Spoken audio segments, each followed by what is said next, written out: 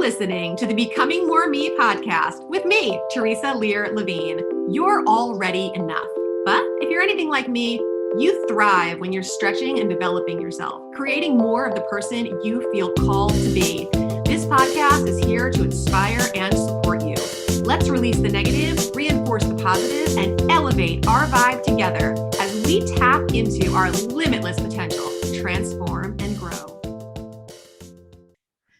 Hello, and thank you for joining us for today's episode of Becoming More Me. I am really excited because today I have a hypnotherapist on with us. Her name is Lynnsey Robinson, and I actually had the pleasure of being interviewed by her not too long ago for her podcast, High Vibe in It.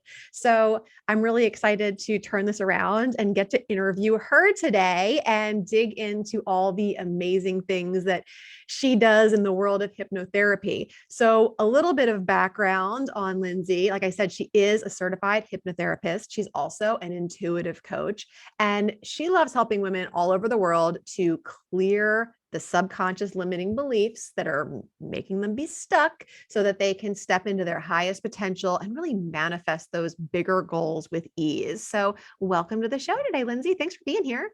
Thank you. I'm so excited to dive into everything. Yes, the world of hypnotherapy. And I feel like we are akin in this because with EFT, I feel like I'm always kind of getting that finger pointed at me that it's very like woo woo or whatever. There's no basis for it, or it's not evidence based, and it's so not true, right? Yeah, it's so funny. And I totally agree. We are kind of parallel. I have a colleague who does EFT that actually studied as a hypnotherapist in the same institute that I studied. Yeah. He just chose to go. He does do a little bit of hypnotherapy, but it's mostly like he just chose that vein. They're both such important tools because they both, I mean, you can say it however you want, but they really both kind of rewire the brain because the with EFT, if I understand correctly, it's described as clearing the energy blockages that are in the energetic being, which those blockages cause certain thoughts, certain thought patterns and behaviors and things like that. So to clear those is to really create a new path to joy and fulfillment and happiness. And that's what hypnotherapy does. We just use the tool to rewire your brain for success or abundance or manifesting your soulmate, or, I mean, it sounds magical because it is. And at first I would shy away from being like, well, I don't know if we can, but no, I've seen it all. My clients have done it all. There's really nothing that you can't do besides maybe change your physiology, which really isn't true either, because I've heard of hypnotherapy to grow boobs and butts and all these things. So who knows? I know EFT has the power to change your genes. There you go. So I don't see why hypnotherapy would be any different. Oh my gosh. It's the closest thing I think to magic that we really have. I think you said that, and it mirrored something that I've been saying, which is just like, I feel like Harry Potter. Yeah, I really do. And it's such a gift that we get to give people that, come to do this kind of work with us, because it's like magic. So it's so empowering. So take us back to what hypnotherapy is and how you got started with it. Like, what drew you to this practice versus other things?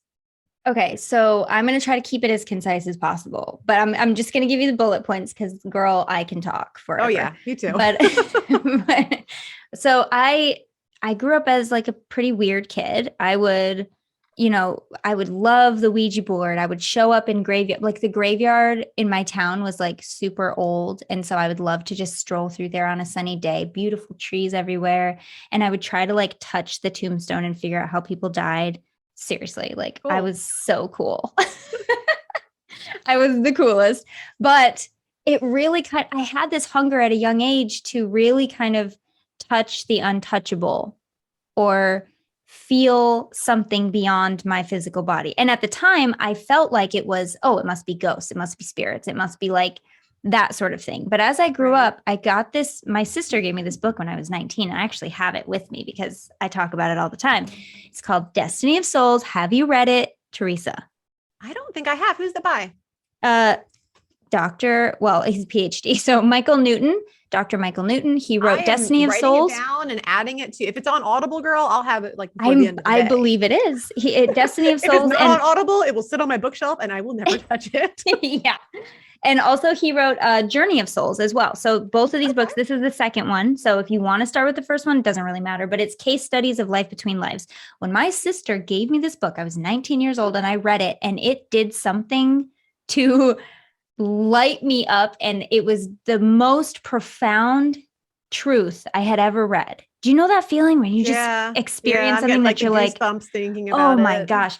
Yes. And so I was like, I was studying forensic psychology at the time because I really wanted to work with dead people and like all these things. And once I read this book, I was like, I don't really want to do this anymore. I would love to focus on the lighter side of the untouchable or the metaphysical or whatever, who we really are as beings, right? Light beings on earth. So I just digested everything that he ever did. And I was just like, loved the hypnotherapy. Because it still touched on the psychology piece. Why are we the way we are? Why do we think the way we think? Why are we acting in the world the way we are? So when I was 20, psychology as well. That was kind of like a big beginning for me. Well, it was forensic psychology. I wanted to study serial killers. Gotcha. I wanted to be like, what is in your brain that isn't in my brain, right? Yeah. But yeah, I totally did a pivot, and I kind of forgot about it for a while until I had my son.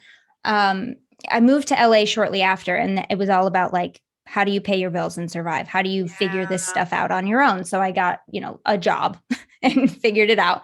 But when I was 26, I had my son, and I really had to examine, what do I want to do with my life? I don't want to go back to 60 hours a week. That does not fulfill me. And I really it became unignorable how it didn't fit anymore. I couldn't. Our time gets so much more valuable. Oh, it really does. And as our age increases, yep. and then all of a sudden, what we would have settled for previously just will not do. It's so simple when you're a kid. Oh, I want to be a fireman. I want to be the president. I want to do. But before you know it, you're not a kid anymore, and you really got to ask yourself seriously that question. And I never asked myself seriously, what do you want to do with your life? And then when I did, the first thing that came up, oh, hypnotherapy. Duh. And then I thought, whoa. That is way too risky. That's for other people to do. What are you even talking about? You got to do something safe. So I thought about doing like the not safe monster is big, isn't it? Oh gosh. I even wanted to do like this network marketing gig, because it was at home kind of for like cleaning products. Mm-hmm. But then I had to buy a bunch of cleaning products. I'm like, this doesn't. Anyway, hypnotherapy. We never talked about it before, I don't think, but my career grew from network marketing. How fun. Oh my gosh. I cannot sell anything. I don't think that I would be able to manage sales in my own business as well, or relationships, or a lot of other things if it wasn't for that background. So just like little shout out to network marketing, because I do feel like the people that get it and use it for what it's really good for. Every one of them goes on to do something awesome on their own. Like it's just it's like a school of life almost. It absolutely is. It makes you face all of your fears so much faster than any other job or whatever else. And you grow tremendously if you lean into it and you don't get scared and run away. Yeah, definite shout out to network marketing. I have a lot of my best clients are in network marketing, and I've learned a lot about it that I never really knew before.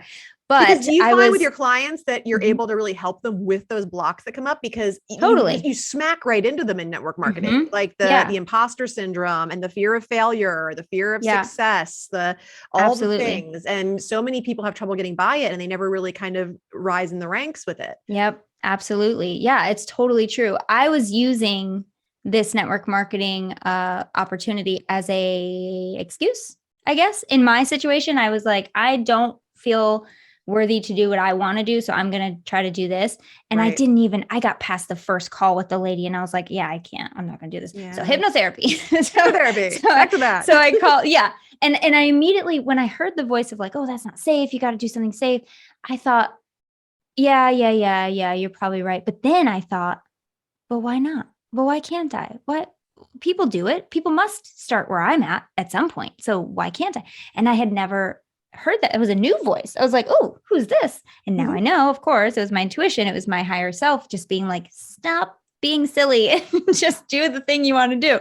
So I made the call. I took the tour of the institute. I fell in love. I called my husband the same day and I was like, can I do this? Kind of using him as like a last, if he says no, then of course it's not, I can't. Blah, blah. And he goes, yeah, if you want to do it, do it. Why not do it? And I was like, wait, what? So I'm doing this? So I did it. And I was every single day I came home from class and I would get more and more excited. I would just tell my husband everything I learned. And he goes, most people, when they start to learn something, they get really fired up and then it kind of dies out after a while. He goes, you just get more excited. And that was another confirmation for me. Like, I'm supposed to do, this is what I want to do. This is what I'm supposed to do. And I really never looked back. Honestly, I never looked back. I am the weird adult now instead of the weird kid. And I love every minute of it. And I get to help people fellow weirdo. So embrace their weirdness. Who doesn't want to do that? And too funny because I bounced off the whole like EFT certification and master training and stuff off my husband thinking, oh, maybe he'll just think it's crazy and then I won't have to do it kind of thing. Whatever. And he was like, go ahead, do it. Gotta love supportive husband. Here's my bank account and please allow me to pay for it for you. And like, you have my blessing, now go do your thing. And I was like, okay, absolutely. Well, I better woman up now. And that just really just proves like I'm sure you have this too, but I see so many clients who don't have that support system. It really is so crucial. If you can't find it in your family or your immediate, people you're around all the time, find those people who want to support you and just submerge yourself in them all the time, because you really do need people that have your back or that understand you. It's just so crucial.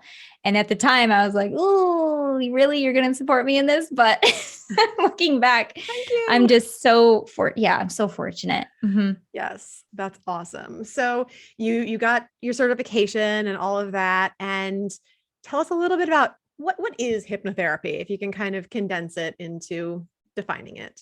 Okay. Condensing again. Okay, let me try. I know I hate it because I realize that it can be used for so many things in so many ways, and that trying to summarize it it's trying to make it make sense. That's the hardest part for me. Right. It's like I hear it in my head and I'm like, yeah, that makes sense. I say it out loud and everyone's like, well, what do you say? Let me just give it a go. So how hypnotherapy works is essentially, I can't really explain it without explaining the subconscious. So I'm going to do both at the same time. If you could imagine your mind is a circle. And for those that are people listening or watching this, or both? Both. So if you're just listening, just imagine it. But I mean, I guess if you're watching it, just imagine it too. Your mind is a circle. We know it isn't, but just pretend that it is for a second. The only thing that you were born with as a human baby is the fear of loud noises and the fear of falling. And also, of course, the lizard brain, which is fight, flight, freeze, which triggers when you have a fear of loud noises or a fear of falling. So that's it, right? Your mind is completely open. That's why they say kids are sponges, right? They just take in. They don't know what they don't know. So when you're born, your mind is completely open. As you're going through your childhood around age 7 or 8, you get what's called the critical filter or the critical mind, which really separates the conscious from the subconscious. Before that, everything was just kind of being taken in. Okay. I love chocolate. I don't like being punished. I don't like school, but I do love to play at the park. All these things that we know about ourselves kind of just become solidified in the subconscious. And now at age 7, 8, 9, you have this barrier, right, between the conscious and subconscious, which the conscious holds your rational thinking, your decision-making skills, your willpower, your logic, your reasoning, all these things in the conscious mind that we know are there. However, the conscious mind is only about 5% of your mind. So all of these things, all we're doing right now, you and me, we're using 5% of our mind.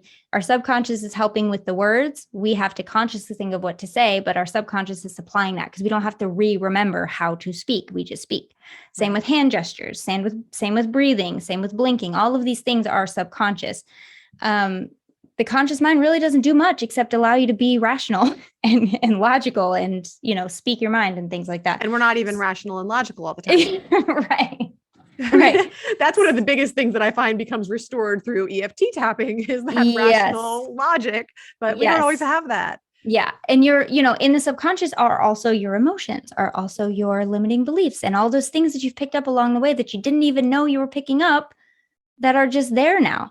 Right. Everything in your subconscious, this is important. Everything in your subconscious that is automatic belief or process has a particular purpose. It had a purpose at some point. Now, where we get that stickiness, that stuckness is when it kind of outstays its welcome and we're very aware that we have it and we don't want it anymore, but it's still staying around because at some point we taught it that it was needed and we needed to have it at all times. So that's where limiting beliefs come from. That's where your fears of success or failure, they're a little kind of like sisters, fear of success, fear of failure, any of those limiting beliefs. Can I really do this? Am I worthy of this? Who am I kind of thing to do this? And so when you have a thought, like, let's say money is such an easy one and it's such a common one. So let's just say that your parents never had a lot of money and they always told you things like, oh, money doesn't grow on trees. What do you think? I'm made of money. You got to work hard, blah, blah, blah. And so you grew up with that. Now you get older, you start your own business and you really want to bring in as much money as possible because you freaking deserve it. Okay. Yeah. But you think, oh, shoot, what if I can't? What if I run out? What if all these things?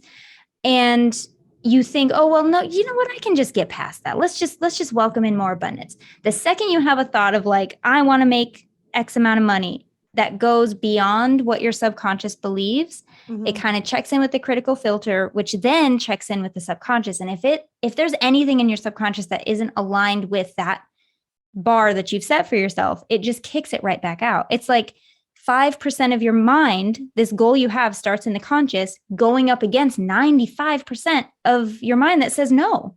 Right. That's how it feels too, doesn't it? It feels like no matter what I do, I cannot get past this block. So with hypnotherapy, even if you're still continuing to go for the thing, it's not going to happen. This is why we find ourselves self-sabotaging. This is why we find ourselves going in circles. This is why we find ourselves kind of starting over and getting really excited about a new technique and then getting bored of it and it's not working into, that kind of thing, because you're 5% conscious. If you're consciously working on it, you're going up against a Goliath that just says, no, this is not safe. This is not what we were taught. This is not what's going to keep you alive. And your subconscious job is only to keep you alive. It doesn't care about your happiness. It doesn't care about your fulfillment. It just matters that you are breathing. And you are resistance. Too much resistance. So if you want to be happy, if you want to be fulfilled, if you want to listen to your intuition more, if you want to turn up those dials and things like that, what hypnotherapy can do is take the thought that you have consciously and kind of what hypnotherapy really does is it creates like a pathway through the critical filter. So we don't have to ask permission to access the subconscious. We just access the subconscious. It gets you to a very receptive state. The process of going to sleep and waking up from sleep is passing through that feeling of hypnosis. Instead of taking, like, let's say you're going to sleep, instead of taking a left at subconscious, you're taking a right at unconscious. So it's the same kind of process that we're using, which is why hypnosis is literally Greek for sleep. But it's, yes, it is. That's but cool. It's not actually, of course, it's not actually sleep. It's just a deep relaxation, a heightened focused state for you to decide what your subconscious needs to know instead of letting your subconscious kind of dictate what you need to do based on outdated patterns and things like that. Whew. So I love it. I mean, I think it's amazing. I do. Does that make sense? I listen to a lot of hypnosis type stuff and I've done different hypnosis programs and things. And it's something that I'd like to add to my repertoire as well. I've got a wee bit of training in it, but I want more. Yeah. Yeah. And it's definitely, it's a cool feeling when those things are kind of removed in that way that feels almost magic. Yeah. And it will feel like that. Like some people think I'm going to go to this hypnosis session with all these limiting beliefs and I'm going to leave that hypnosis session and it's going to feel completely different. And sometimes it does, but most of the time you won't even notice a difference until this same obstacle comes up in front of you and you make a different choice and you think, oh, that's interesting. I didn't do the same thing I usually do. I did this instead. I wonder why. Well, it's because it's designed to be automatic. These changes, these rewirings, these reprogrammings, these upgrades or updates in your software are designed to be automatic so that you don't even realize you are new until you realize you're new and you're making new choices. That there's that saying of, you can't get anywhere. If you do what you've always done, you'll stay where you've always been, or something like that. And that's totally true. Hypnotherapy is a very holistic, very painless, very enjoyable way to take back control of your automatic thought patterns and behaviors so that they reflect success or abundance or love or whatever it is that you want to find. Now, I'm not saying you can only be happy or successful with hypnosis, but I am saying if you're not, hypnosis can help you. Yeah, for sure. Absolutely. So take me through what it looks like when you're helping somebody to work through a block, or maybe they don't even know what the block is. Yeah. They're And, having trouble with something. I'd say like 50-50. Sometimes they know what it is, and 50% of the time they don't. They're like, I just know something's holding me back. I don't know what it is. Sometimes people think they know what it is, and then it's something else. And then it's something else.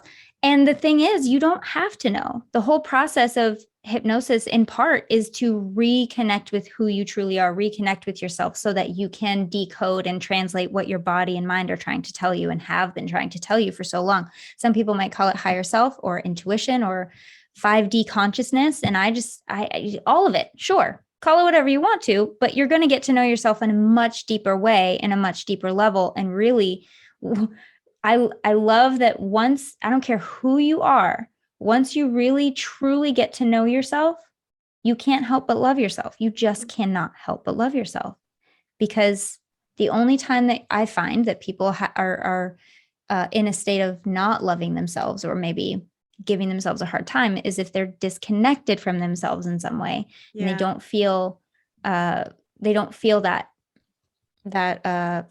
connection. So what hypnosis can do is help you do that. It does. It's inevitable no matter what, because you are accessing the deepest part of your mind. Yeah. And so that knowledge and those discoveries that you gain there are just so invaluable. So anyway, what was your question? It's that consciousness. It's that consciousness too. And I think I said it on your show, maybe, or I don't remember where, about people are usually kind of terrified about being conscious and really understanding and knowing themselves, but it's usually not so scary as people think it is once they get there.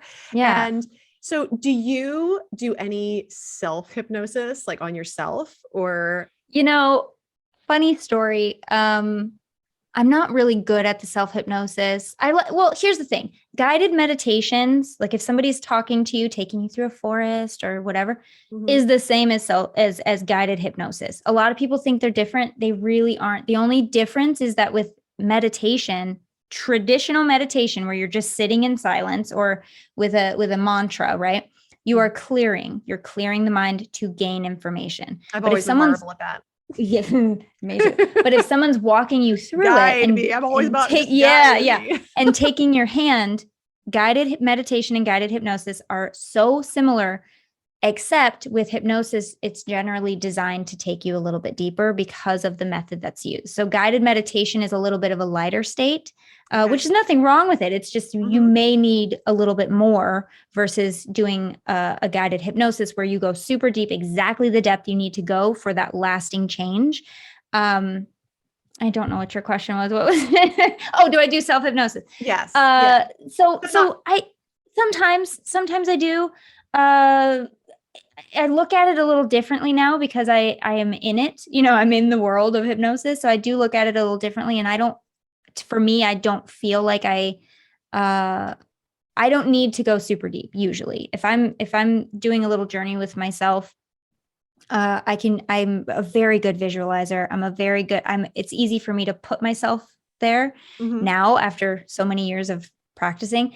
But it was hard for a while. And a funny story, when I was pregnant with my second child, I was like, I'm going to do self-hypnosis for birth, for labor.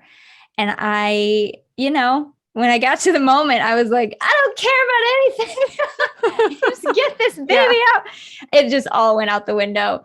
But I do love to work with pregnant women, and I have, I'm certified in labor and childbirth. I'm certified in basically everything, but there are things that I really love to work with more, which is, the success blocks and the worthiness piece and all that sort of thing. So yes, I do. But I don't usually need to go super deep, just like a 5-minute thing sometimes, can always help. So with hypnosis, how important is the eye movement piece? Like I know like sometimes when I'm doing different styles of it, they want you to like roll your eyes up or flutter Yeah. them or whatever. Like how important is that? Okay. So with the eye movements, generally speaking, if your eyes are fluttering, like if you close your eyes, everybody just close their eyes. Who's listening? Close your eyes and then notice the flutters, right? You got your eyelids are moving, your eyes are probably moving inside beneath your eyelids. That is usually characterized as like the first state of hypnosis, the first state of like going into trance. It happens it happens even if you're conscious. So that's why we say it's like the entry point. A deepener, a really good deepener is to have, with the eyes closed, have the client try to look at their forehead and roll the eyes up, because that naturally triggers to the body that, oh, okay, we're going deep. It's like, it's like really, really good way to find that depth. Now there's a thing called a somnambulist, which is a person who falls. Oh, this is going to get into a lot. There, first there's a thing called suggestibility. So each human on the planet takes in information differently. Of course, we're all individuals, but nobody really teaches this with hypnosis that I've found, and they need to be. People need to be learning this in high school. You're the girl. How you take in information is so important with any relationship you're ever going to have, and any communication you're ever going to do. So there's two basic types. There's the literal person and the inferential person. Of course, there's a million different like subcategories, but just for the basis of simplicity, there's a literal and inferential. The literal person takes everything at face value. You just tell them to relax their arms and they relax their arms like that.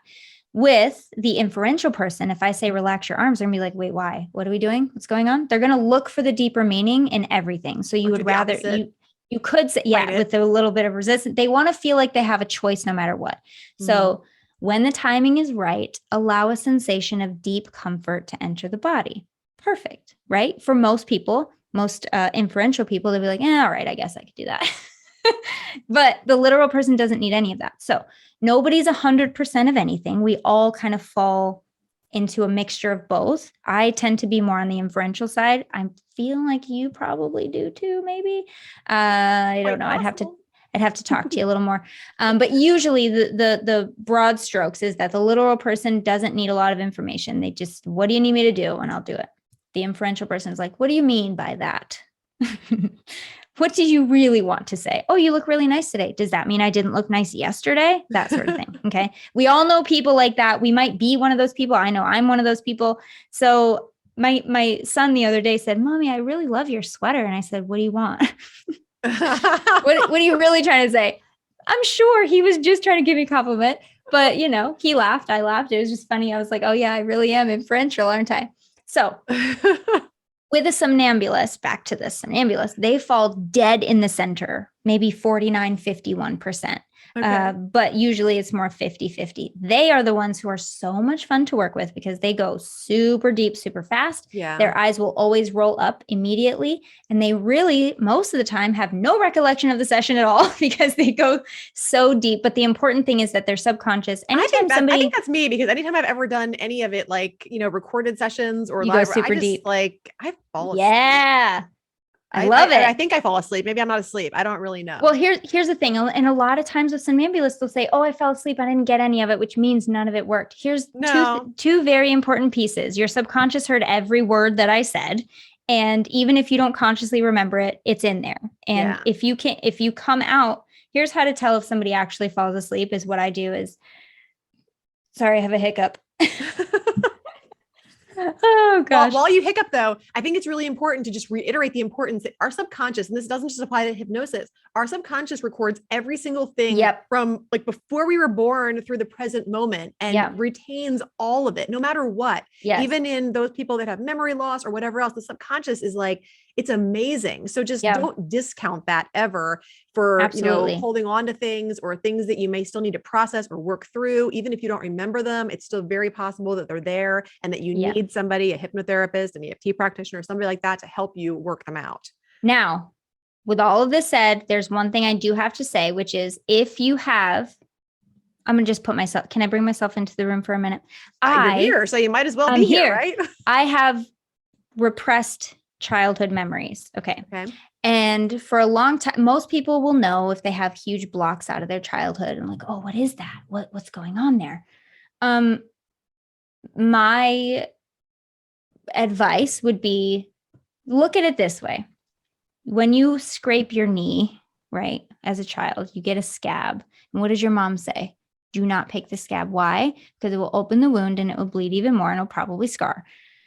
Working with repression, I will never work with repression because your body is beautifully designed perfectly to protect you from things you're not ready for. Now, that doesn't mean you can't work on them. EFT is great for that. Whatever I might still be holding on to, let's just clear it without the need to examine what actually could have happened to you or maybe not.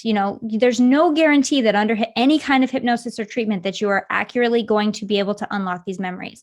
And in my expert opinion, you shouldn't, because your body is doing what it's perfectly designed to do, and just let it do it. Let it do it. Let it do its job. I definitely agree with that, as well as that, there are ways that we can get your nervous system back on track.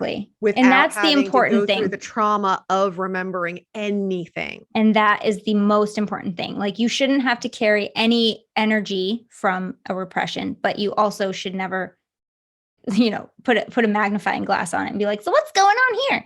It'll probably do more harm than good. And you really should just focus on what will, as you said, beautifully. What improves the present moment for you. Exactly. So that's the only place you've got anything happening anyway. Love it. Exactly. Yeah. So when people fall asleep, I think is what we were talking about before we. Oh, yeah. To know if they've fallen asleep, a good way to tell is, Theresa, do you come out of the meditation or hypnosis when you're supposed to come out, or do you wake up like? Yeah, typically I do. Yeah, no, I don't just like keep snoozing through it. If they want me to like come back to. So that's how you know. If a client comes out on the because I always do 0 is drifting deeper and 5 is eyes open, wide awake. If I count them out to 5 and they open their eyes and they're taking deep breaths when I tell them to take deep breaths, I know they're still with me. They're just super, super deep. If you stop listening and you stop breathing when I tell you to take a deep breath, or not stop breathing, but if you ignore the suggestions of deep breaths or counting out or coming out of hypnosis at 5, then I know you probably need to be less comfortable in the next session. But it's so rare. I think I've only had like one person ever actually fall asleep, but they think they are. They're like, oh, I think I felt. No, you didn't. You're just super deep, which is great. So cool. I always feel so well rested. So it's like a 2 for 1, That's the beauty too. Like, you feel like you've taken a 2-hour nap, and even in a regular session, when you're still in the room and you can hear me, you still feel completely renewed and restored. And that is another amazing benefit from doing this work. So here's one of the fears that I have that's probably kept me from pursuing more certification in hypnotherapy, is that I'm afraid I'm going to be tired performing it. I get that. I completely get that. It never happens to me until after. So if I do 2 or 3 sessions in a day, I've realized very early on that that's too many for me, because I get drained so fast, and I definitely need to work up like some better boundaries, like energetic boundaries. Yes. But if I have 2 or 3 sessions in a day of just going in and out of because you do go in a little bit with the client, you must, and there's a metaphysical connection between you and the client, and I'll see things that before they see them, and then we'll talk about it, and I'll be like, oh my gosh, I saw that too. But it just happens that way. After the session, I'll go like, oh, I didn't know I was starving. Oh my gosh, my head hurts. Oh my gosh. Like, I'll just start to wilt. So it never happens during though. Never. So if that helps you. I'll just sign up for my get some really good energetic boundaries, or you'll feel everything. You won't feel it during, but you'll feel it after. Mine was more not from like the state of being an empath and taking on the emotions and the other things that would tire me out, but more like go into hypnosis. Because I get so like out of it when I'm in hypnosis that I was afraid, like, if I'm performing it, that I would be like, it's only happened once to a colleague of mine, and she realized halfway through the session that she did not know what she was saying, and she had to like come out. So she was in like self-hypnosis while she was trying to hypnosis. And she's like, I had no idea the suggestion. They sounded fine. The guy did not even notice, but she was like, I totally went somewhere else. You must have happened to me so many insane stories from both yourself and your colleagues. And I feel like I could talk to you like literally all day, because there's so many, whenever we start talking about things, Like, I feel like we have all these parallels with our paths and things, and we're only just, scraping the surface between last we're week's very interview for your simpatico, show you and me. now. Yeah, we're very simpatico. I do agree. And unfortunately, we're going to wrap it up because I got to go pick up a preschooler. So, this mom life. And I just want to thank you so much for being here today. And if people want some more Lindsay in their life, where should they go? Okay, so the easiest hub to find everything you ever could need would probably be my Instagram. You get to learn a little bit more about me. It's just Lindsay Robinson.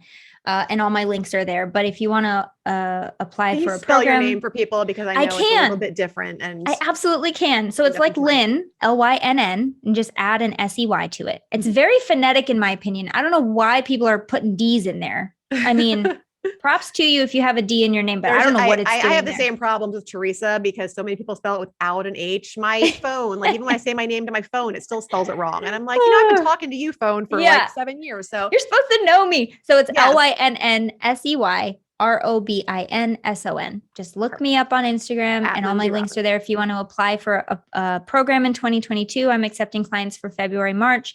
I have a membership where people can access all of my audios, all of my content, bonus content, courses, things like that. I have an EFT session in there for money. So it's really fun. And it's just a nice way to access all my stuff without committing to a program. But if you do want personal coaching, that's the best way to go. Just find me on Instagram. You got it all there.